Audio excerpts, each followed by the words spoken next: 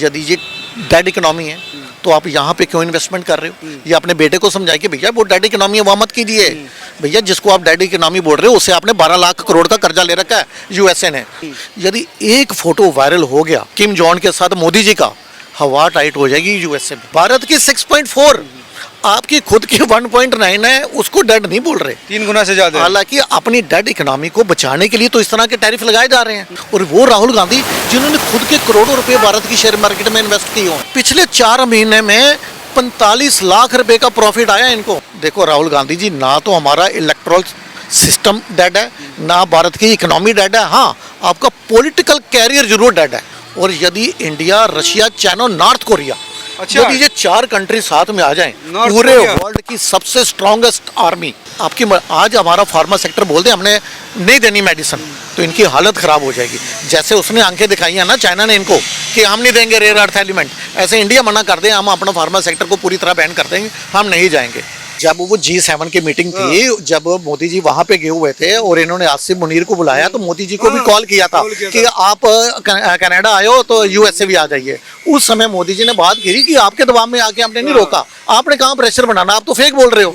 उस समय भी मिर्ची लगी थी। यही ट्रम्प के इस आक्रामक रवैये के आगे भारत ने ना झुककर पूरी दुनिया को बता दिया कि ये आज का नया भारत है, ये अपने फैसले खुद लेता है, ये किसी की शर्तों पे फैसले लेने वाला भारत नहीं है। भारत क्या है? अपने देश की संप्रभुता को सर्वोपरि रखने वाला भारत है ये आज का। देखिए ट्रम्प ने जो बोला, ट्रम्प की आलोचना तो उनके अमेरिका में ही बड़े बड़े इकोनॉमिस्ट, बड़े बड़े लोग जो हैं वो उनकी आलोचना उन्होंने शुरू कर दिया कि भारत को लेकर ट्रम्प ने जो अपना रवैया दिखाया है। देखिए एक वहाँ के बहुत बड़े इकोनॉमिस्ट हैं जो मिस्टर जेलेंस्की जॉन करके हैं, उन्होंने बड़ा नाम है, उन्होंने ये कहा कि भारत ने जी 50% जो टैरिफ लगाया है इसका खमियाजा अमेरिका को ही भुगतना पड़ेगा। और अभी आपने देखा होगा निक्की हैली जो है, अमेरिका ने जो टैरिफ लगाया वो उसके लिए खतरनाक है, उनका खमियाजा खुद अमेरिका को भुगतना पड़ेगा। और जो निक्की हैली जो पूर्व एम्बेसडर रही है वहाँ की, और इन्हीं की अपनी पार्टी की है, रिपब्लिक पार्टी की, और वो प्रेसिडेंट की दौड़ में भी उनका नाम पहले सामने आ रहा था, निक्की हैली का नाम आया था। उन्होंने भी ये कहा है कि इस तरह से मतलब don't burn the relation with strong ally like India. उनका 5 अगस्त का मैंने वो एक्सपोस्ट ट्विटर पे था जो मैंने पढ़ा कि वो खुद कह रही हैं कि इतना स्ट्रॉन्ग अलाय इंडिया, इसके साथ अपने रिलेशन मत खराब कीजिए। वो आईना दिखा रही हैं अपने देश के ट्रम्प को। और आपने देखा होगा अभी परसों का बयान है, उनका नाम है जॉन वॉटसन, जो पूर्व NSA हैं, नेशनल सिक्योरिटी एडवाइजर यूएसए के, और इनके पूर्व सहयोगी थे ट्रम्प के। उन्होंने ही ट्रम्प साहब को आईना दिखाया कि ये जो दशकों से जो अमेरिका का प्रयास था कि भारत को रशिया और चाइना से दूर रखने का, उस प्रयास को खतरे में डाल दिया ट्रम्प साहब ने। और दूसरा उन्होंने ये बताया कि भारत का जो अपेक्षा की जा रही थी उससे अधिक नकारात्मक रवैया भारत ने अख्तियार किया है। उम्मीद से ज्यादा मोदी ने स्टैंड लिया, इतना उनको एक्सपेक्टेशन नहीं थी कि ऐसा नेगेटिव रिस्पांस आएगा। उनकी बियॉन्ड एक्सपेक्टेशंस इंडिया का रिस्पांस गया, तो उससे भी ट्रम्प और ज्यादा बुखला गए। अब ट्रम्प क्या कर रहे हैं आपको मालूम होगा, आसिम मुनीर का भी आपने सुना होगा, अभी दूसरी बार गया आसिम मुनीर अमेरिका में। हाँ जा रहे हैं वो, आई है खबर। पहले तो नहीं वो मिल चला गया, दूसरी बार मिल। अच्छा दूसरी बार, हाँ वो मालूम है मुझे। आसिम मुनीर दूसरी बार अमेरिका गया है।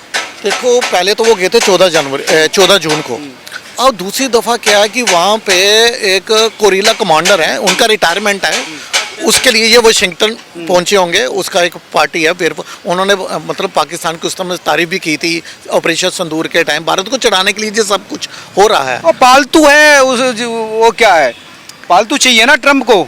देखो ट्रम्प जो है, मुझे ये बताइए, भारत उसकी इकोनॉमी डेड लग रही है और वो जो कटोरा पाकिस्तान है उसको जी अपनी गोद में बैठा रहे हैं। इनको क्या लग रहा है कि पाकिस्तान का फ्यूचर ज़्यादा बेहतर है क्या? देखो कैसी सोच है इनकी। ट्रम्प साहब के इस बयान की डेड इकोनॉमी की पोल तो कुछ ही घंटों बाद IMF ने खोल दी। जो इंटरनेशनल मॉनेटरी फंड है, उन्होंने ये बताया कि आने वाला समय जो है वो भारत का है। इंडिया की GDP जो है वो रहेगी 6.4%, घट के भी। और घटने का अभी मैंने देखा कि गोल्डमैन सैक्स का जो अभी स्टेटमेंट आया सामने, उन्होंने ये आंकड़ा पेश किया कि ट्रम्प के इस टैरिफ का इम्पैक्ट भारत पे मात्र 0.1 या 0.2 आएगा इनकी GDP के ऊपर, इससे अधिक नहीं आएगा। और जो अमेरिका की GDP है वो कितनी बता रहे हैं 2026 में, 2025-26 की 1.9, भारत की 6.4।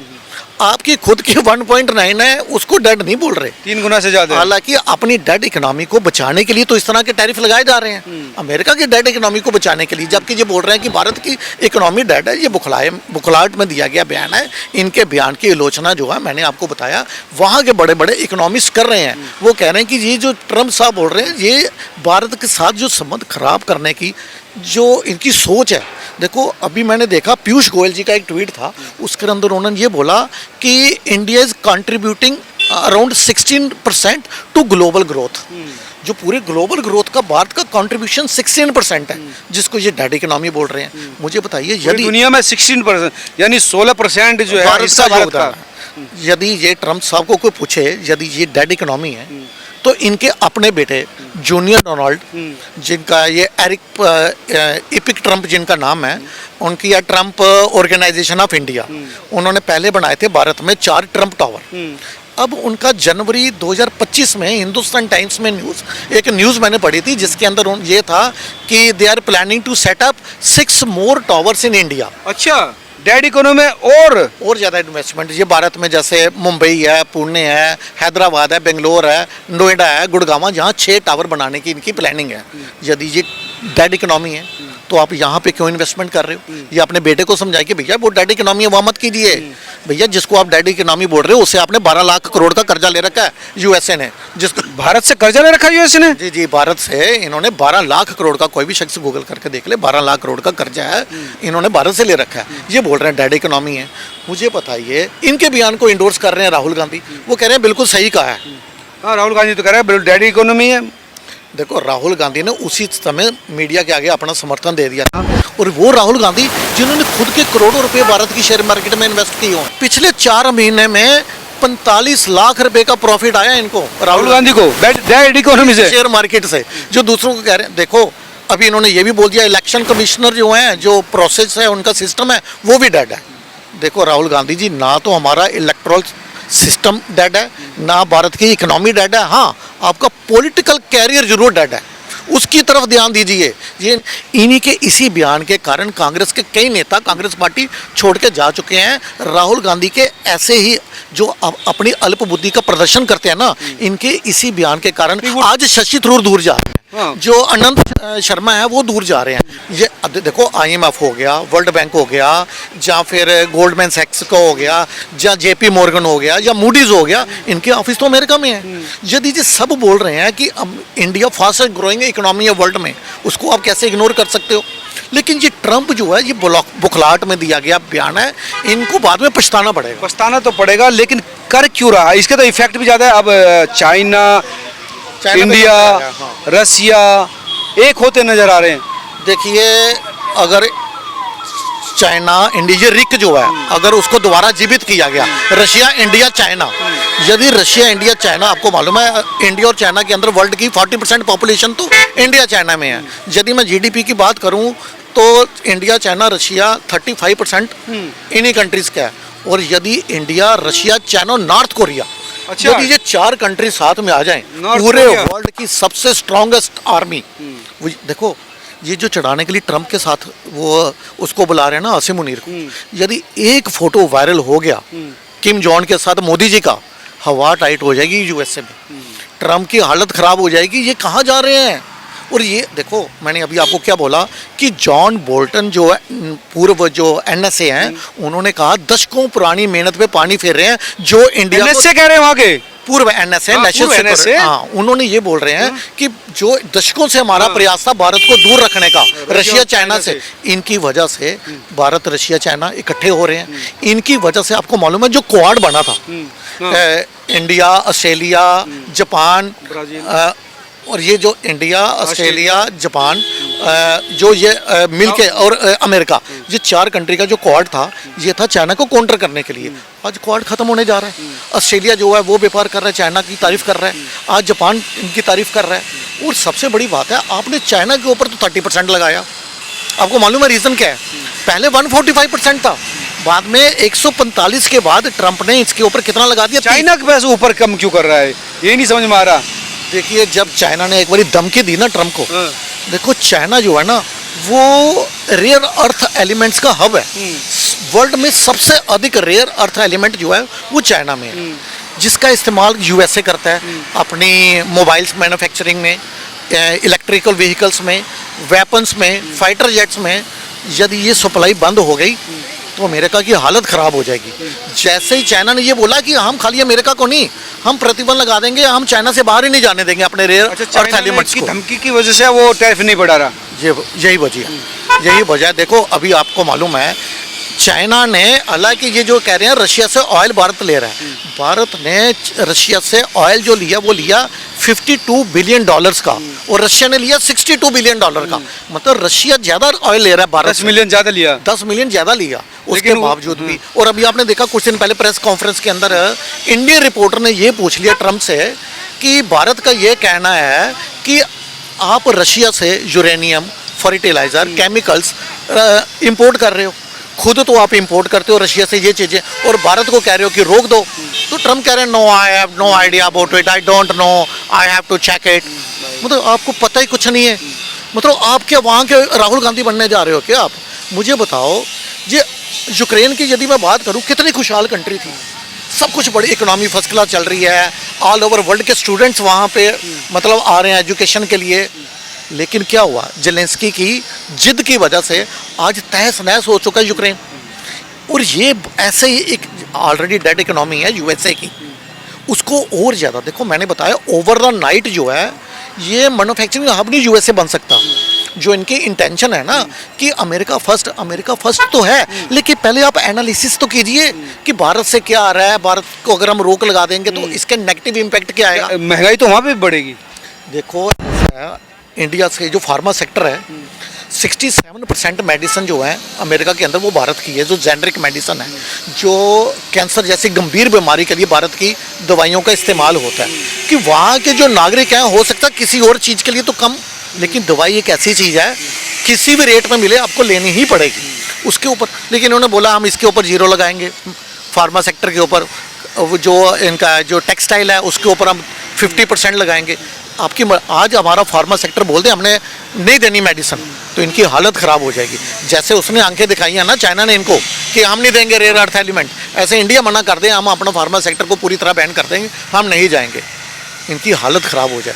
अभी तो खाली एक न्यूज़ आई थी, वो फेक न्यूज़ थी, बाद में पता चला कि भारत ने जो हमारी नेवी के लिए कुछ एयरक्राफ्ट्स हैं 35,000 करोड़ की जो डील है उसको भारत कैंसिल करने जा रहा है। ये फेक न्यूज़ हो सकता है जानबूझकर भारत के ही मंत्रालय द्वारा फैलाई गई हो कि उसको भी पता चले हम क्या क्या कर सकते हैं। नहीं, F-15 को तो शायद मना कर दिया, F-15 को सोच रहा था बेचना, F-35 हाँ, उसकी जगह शायद सुखोई 57 ले हम। F-35 के अभी आपने देखा F-35 तो इंडिया में पड़ा हुआ था, बेंगलोर के उधर था, वहाँ पे क्या हालत है उसकी। F-35 जो है वो कुछ नहीं है। F-35 जो इन्होंने दे रखा है जो बाकी कंट्री में, अभी आपने देखा ऑपरेशन सिंदूर से हुआ क्या, जो अमेरिका के वेपन्स हैं या फिर वो जो चाइना की जो मिसाइल्स हैं, जो एंटी मिसाइल सिस्टम है, सबकी पोल खुल गई।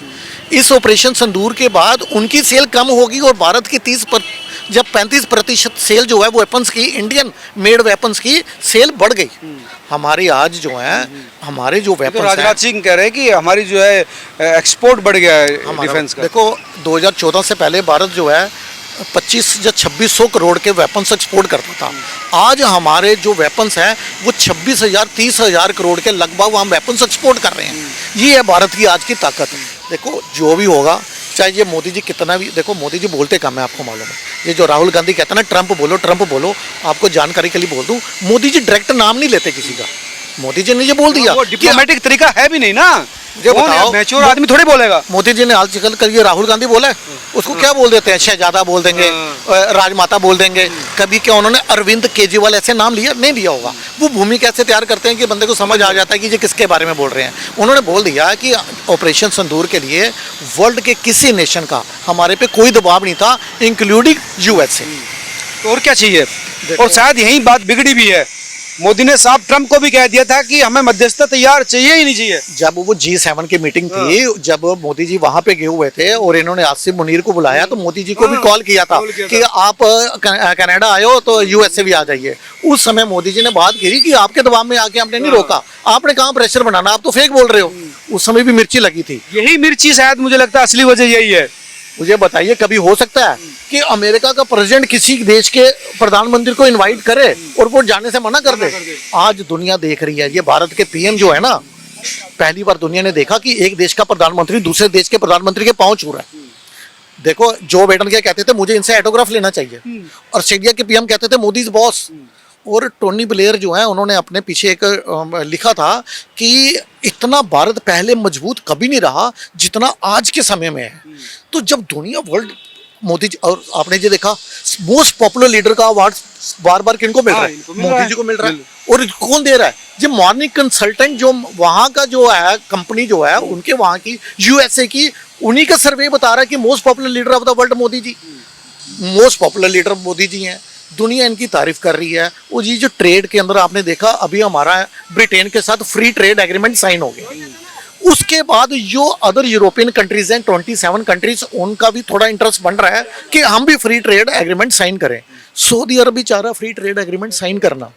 जब भारत के साथ, अच्छा कुछ अफ्रीकन कंट्रीज भी भारत में आ रही हैं, तो ट्रेड के मामले में जो चीज़ें हम एक्सपोर्ट कर रहे हैं यूएसए में, दूसरी कंट्रीज में भी वो जा सकती हैं। कहने का मतलब बिल्कुल, क्यों नहीं जा सकते हैं? आज भारत की करेंसी की ताकत बढ़ रही है, हमारी यूपीआई की ताकत बढ़ रही है, दुनिया देख रही है। देखो रशिया के साथ डॉलर में व्यापार नहीं हो रहा।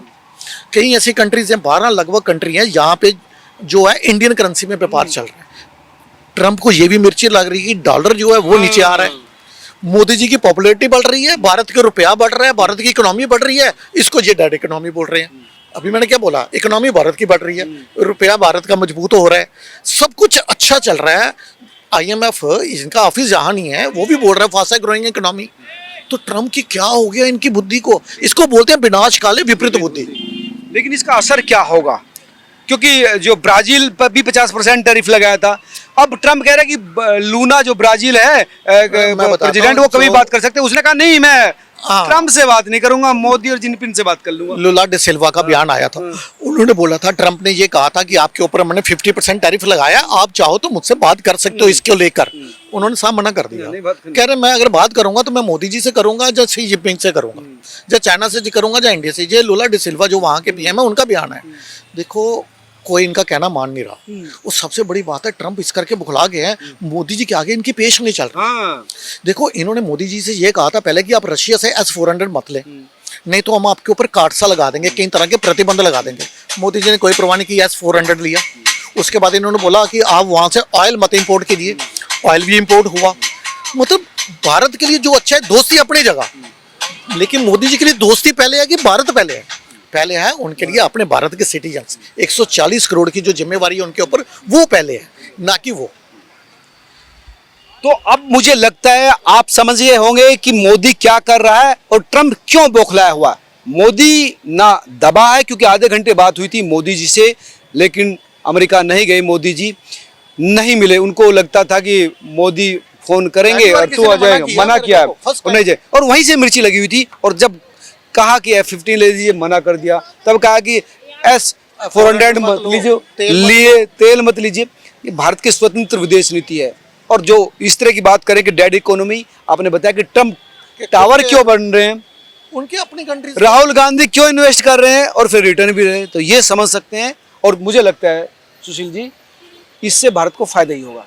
देखो मैंने आपको बताया जो उनके वहाँ पे गोल्डमैन सैक्स जो है उनका ये कहना है कि इसका इम्पैक्ट जो है टैरिफ का भारत के ऊपर मात्र कितना आएगा, 0.1 0.2।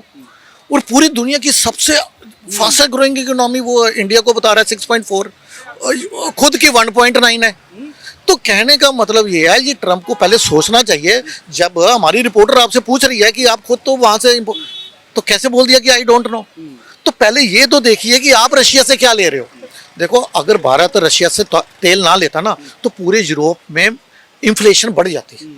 देखो हम क्या कर रहे थे, रशिया से ऑयल ले रहे थे, और यहाँ से ऑयल जो है वो EU में जा रहा था, 27 कंट्रीज में जा रहा था। उन्हें मालूम नहीं था क्या पहले क्या ये नेटो कंट्रीज को मालूम था ना कि जो हम भारत से ऑयल इंपोर्ट कर रहे हैं ये भारत कहाँ से ले रहा है। भारत का 85% तो हमारा ऑयल इंपोर्ट ही होता है।